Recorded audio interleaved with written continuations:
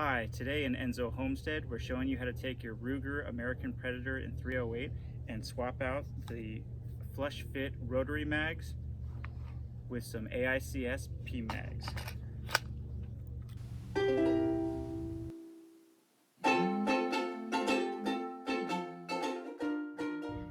Hi, not many people know this, but the very popular Ruger American Predator in 308 that comes standard with these rotary mags, you can swap out the base plate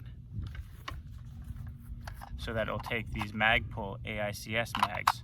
I'll show you how to do that today. The first thing that you're going to want to do is check the serial number on your rifle. 6902 serial numbers and above are able to accept these AICS mag wells. If it's a 6901 or below, then it will not accept them. So make sure that you check your serial number first and then call Ruger. And if you call them, they'll be happy to send you a little kit that's got this mag weld. It comes with this little jig and a couple of screws, a trigger, a spring, a lead detent, and then a final detent pin. I think the whole kit costs about $28 shipped. But just call them up and tell them your serial number and they'll be happy to send you this AICS magwell replacement kit. One of the interesting things is it comes with this little jig, and it's got a little, looks like a sliding trap door so that you can pound in a pin. I've looked at it quite a bit and I'm not exactly sure how to use it.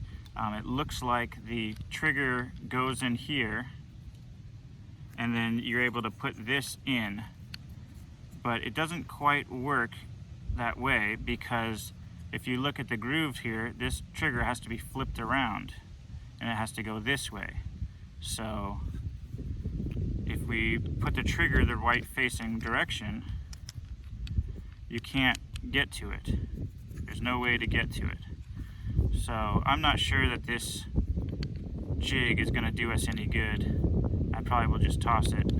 I might use it to pound the peg through. I think that's probably what it does. Maybe they just want to show you where it's supposed to go this way. But the jig is pretty much useless. Alright, the first thing you want to do is make sure that the rifle is unloaded. Then you want to unscrew the base plate that came with it.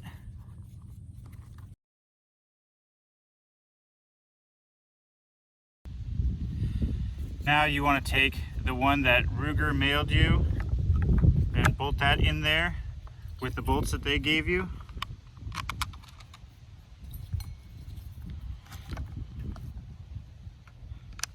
And you'll notice that the bolt goes deep inside this little trigger piece right here. Make sure you bolt it down before you put the trigger on.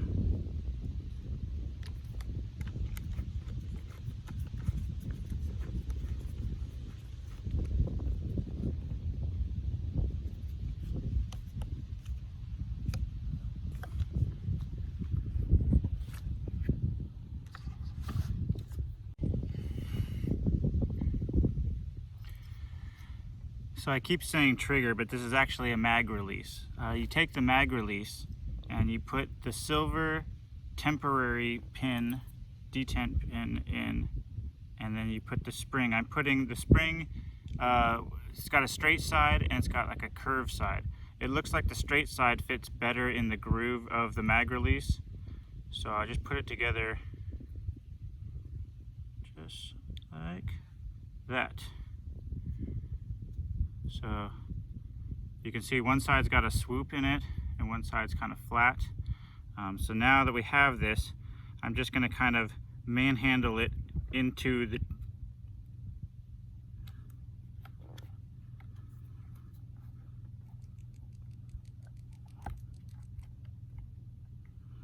and then I take my little pin, put that there, give it a couple of good taps to seat it. Now you can see that the silver one's coming out on this side and then the final pin is on that side. Let's see if their little trapdoor thing works okay.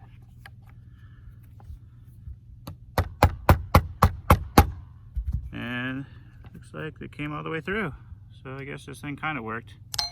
Also, be sure to use a flathead hammer. Sometimes people put tape on it and other stuff. I'm not too worried about it. But that's it. All right, now that it's all installed, we just test it with the mag. It's in there.